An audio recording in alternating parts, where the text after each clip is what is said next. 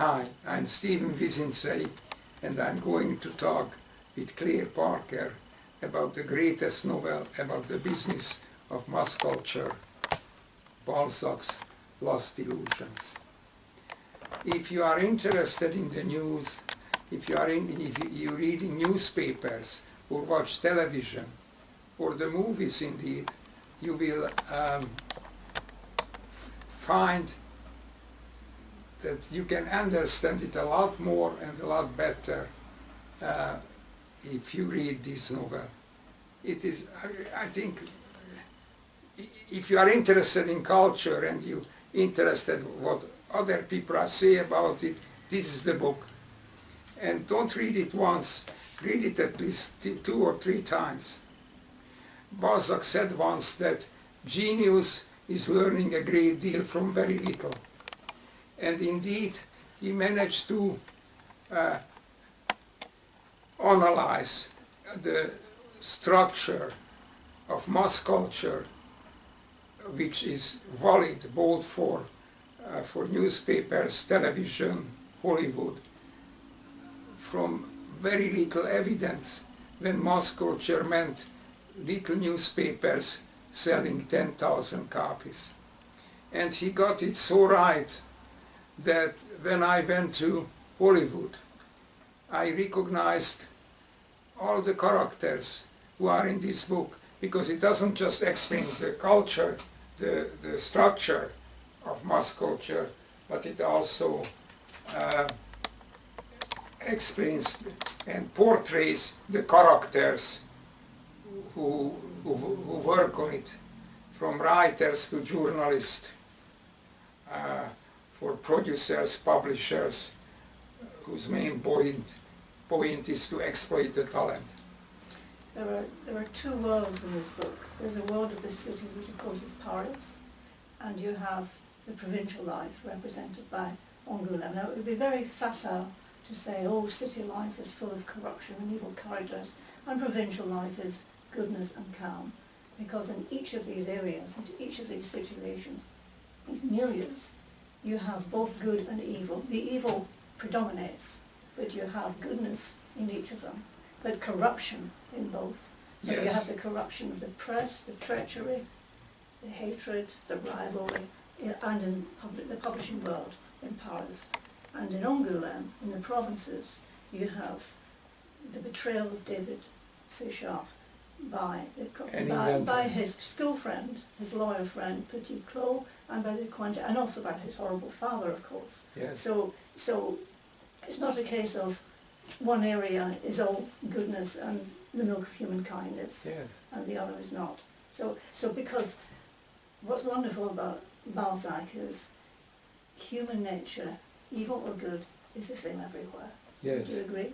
Yes, and you also, making this point, you also make another point, that when I say this book is the absolute basic book about mass culture, it is also about provincial life. So this guy, you can never sum him up. He never writes about one thing. In this novel, really, one way or another, the whole world is involved. And as I started to say, when I went to Hollywood, I recognized the characters inhabiting it from this book. Incidentally, in Hollywood, Balzac is very popular because people who work in the show business, they understand and they know all the characters who are in it, including themselves. So again, if you want to go to Hollywood, this is the book to read, or understand how they make the movies. And what is incredible is that I said it in another context, that what makes a really great writer, that you recognize all the the characters who are in this book. So whatever way of life you live and what part of life you work, even if nothing to do with show business. You will know characters who are in this book, because he portrayed human nature so profoundly that you recognize, you know somebody who's like one of the characters in this book. It is like the circulation of the blood was discovered centuries ago by a doctor in London. Yet it is so profoundly true that you cannot say, oh well, this was old medicine in old London.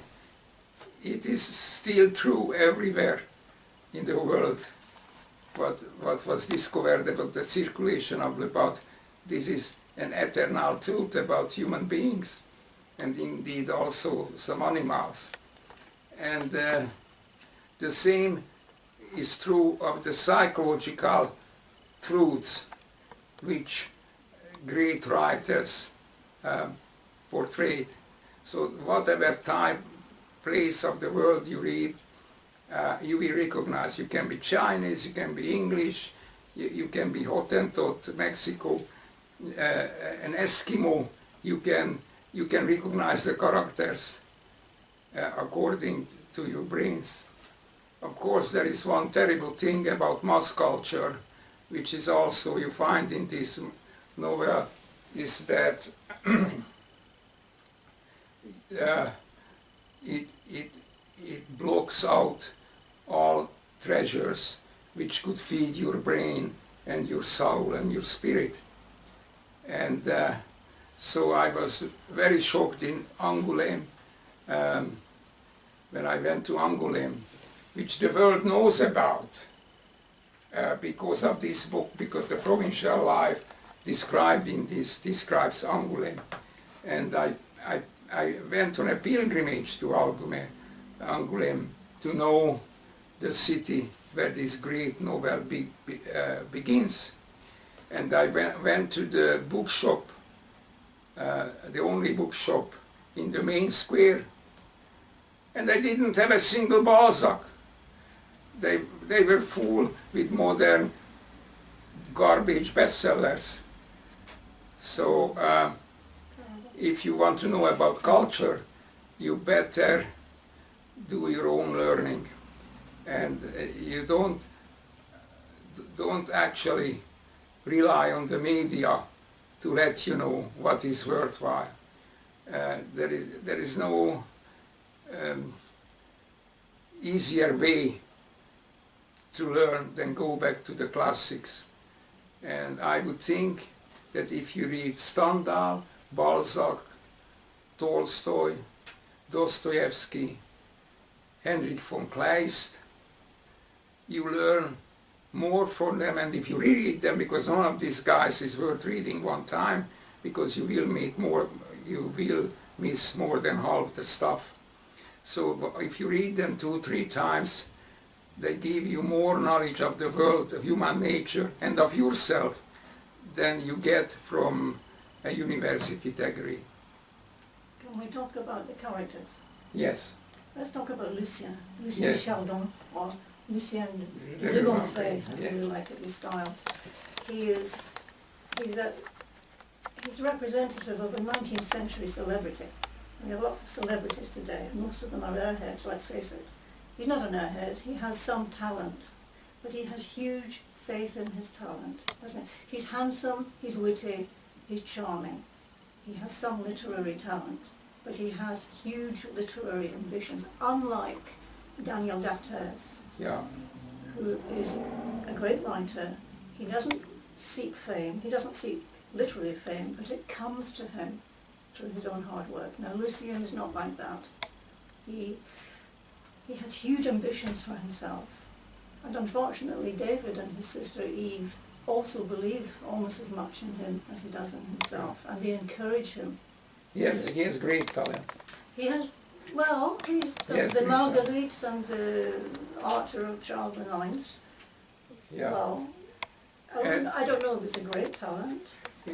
he has a great talent, but what is beautiful. And what is also very interesting in this regard, that in his own time, Balzac was ridiculed, that he went to parties, his teeth were missing, he was fat, and he comported himself as if he was a handsome young man. But he comported himself as a handsome young man because he was Lucien, his hero, who was him looking beautiful. And so in a way, Lucien has everything going for him. So we know that he fails, of course, in the end. What is it in his character? What is that fatal flaw which eventually ends up with his suicide in the second volume? The fame and the approval and success means mercy. Yeah, he's actually quite weak. Yes. You can see him as he meets Lousteau. Yeah. And then A bitter journalist. And you can see him falling into a trap, and you want to pull him back and say, be careful. Yeah. And of course, Coralie is mistress, who genuinely loves him. Yeah. But in the end is really not very good for him. And this is, he's actually all his characters. He is the handsome young man,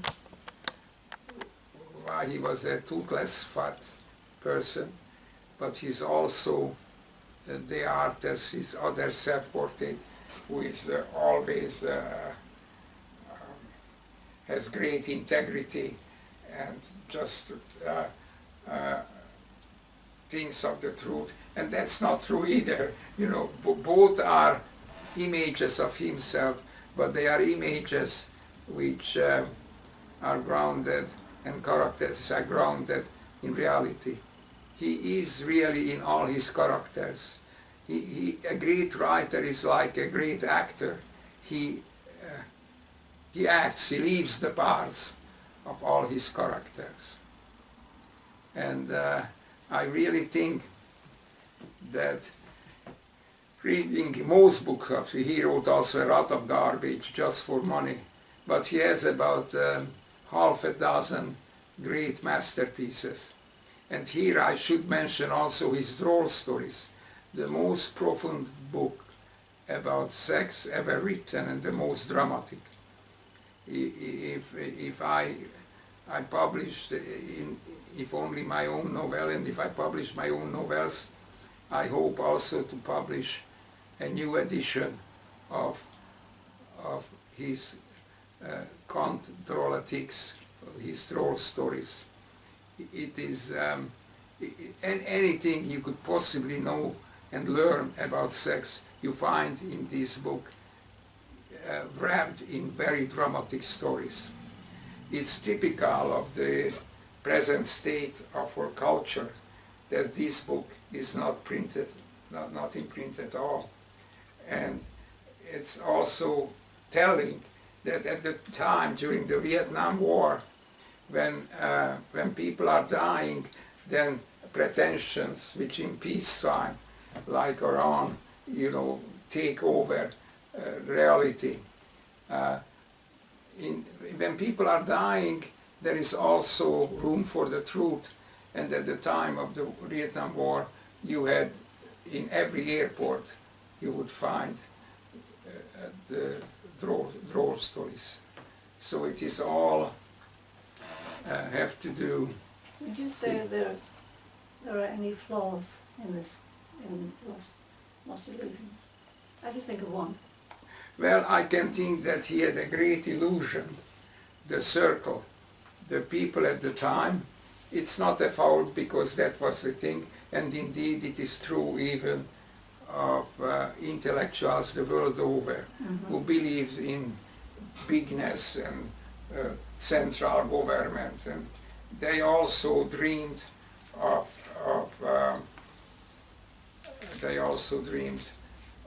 a united Europe, and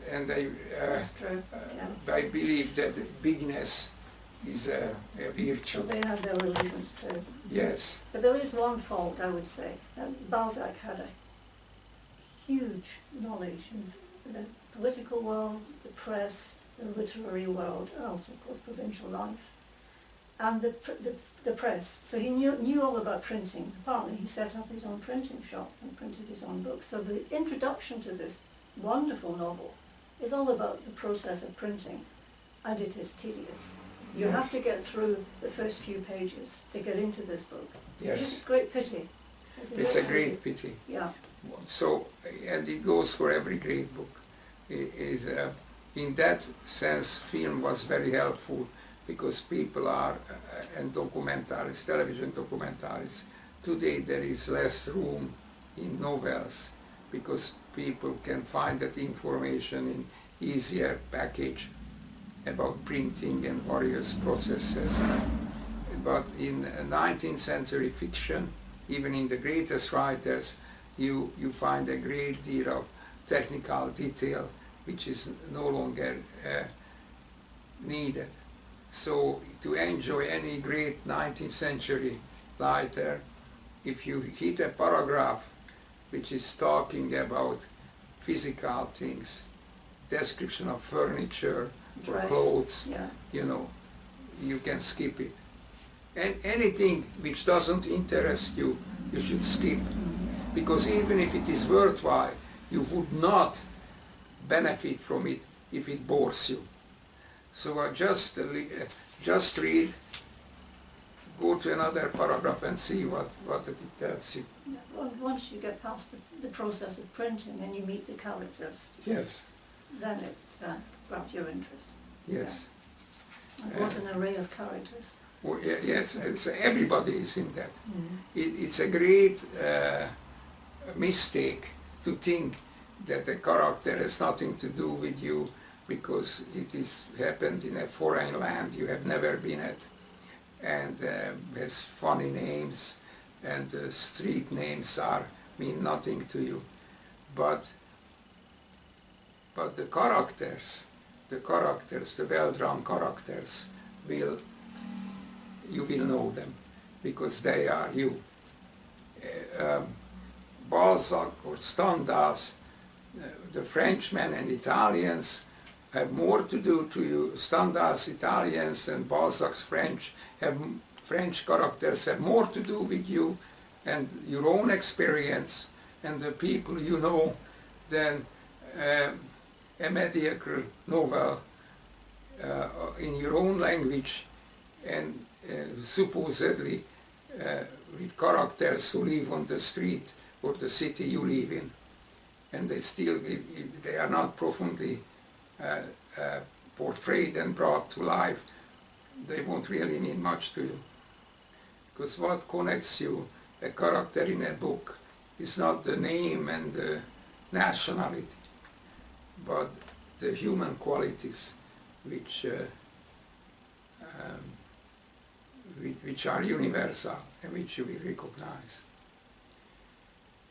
And well, all I could tell you is to read Balzac and other books we could catch them, because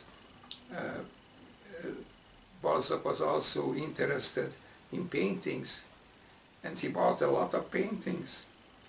And so his book on Cousin Pons is one of the greatest books on painting, and also on exhibition. And one thing which he discovered about art, which is very relevant, is that more means less. He talks about the exhibition when everything was one floor, all the paintings were picked by committees, and they were all in one floor, and they weren't too many, and the public could make a judgment about themselves. But when it began to fill the whole Louvre, then it was a mess. And and all sorts of meaningless work became popular, and all sorts of masterpieces were ignored and lost to the viewers of the time. This is true today of writing. Today you can write practically anything and can get it published. I think tens of thousands of novels are published every year in England. And how you know any of them, which it's not possible you cannot judge tens of thousands of books, and yes, so you need rely on the critics, and the critics have many other reasons to write than writing the truth. Well, this is also in Lost Illusions. I think we talked long enough. Yes. Thank you, and we talk again.